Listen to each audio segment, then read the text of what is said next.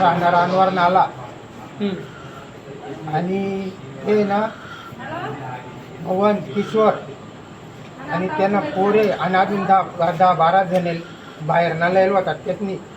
आणि मवाडी police station त्यांना किसामाय 12-13 लाख रुपये दिले त्यांनी शिल्पा मॅडम आणि अजून त्या पोलिस कोण त्यातले बी गांजा चरस अफीन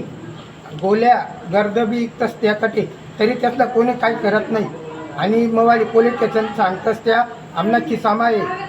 आणि शासन शासन रामबदाने हवी आमना ते म्हणे आमले कोणाच धाक नाही आहे म्हणे असं म्हणेन मला डोका मग तलवार टाकी तिने रॉड टाका आणि कंबर माबी रॉड टाका तेचली दंडावरी कारण काही नाही होता त्यातली पहिले तथा वस्तीवर जायचं नाही बाईले त्यांना परिवारले बी गाय दिल्यात त्यातले बी मार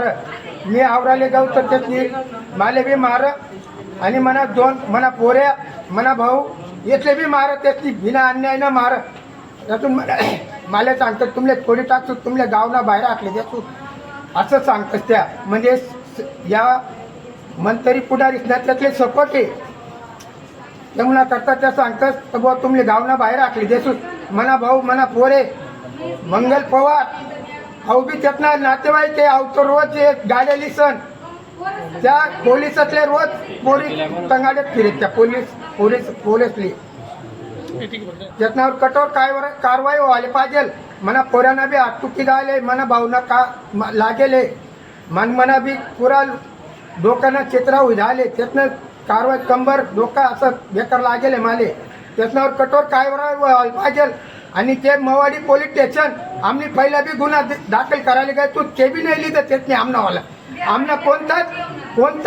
काही लिहिलं त्यातनी एक अर्ज आमले फक्त सांगतात त्या तुमले लिखी राहणूत असं म्हणले सर आमले आखली देतच त्या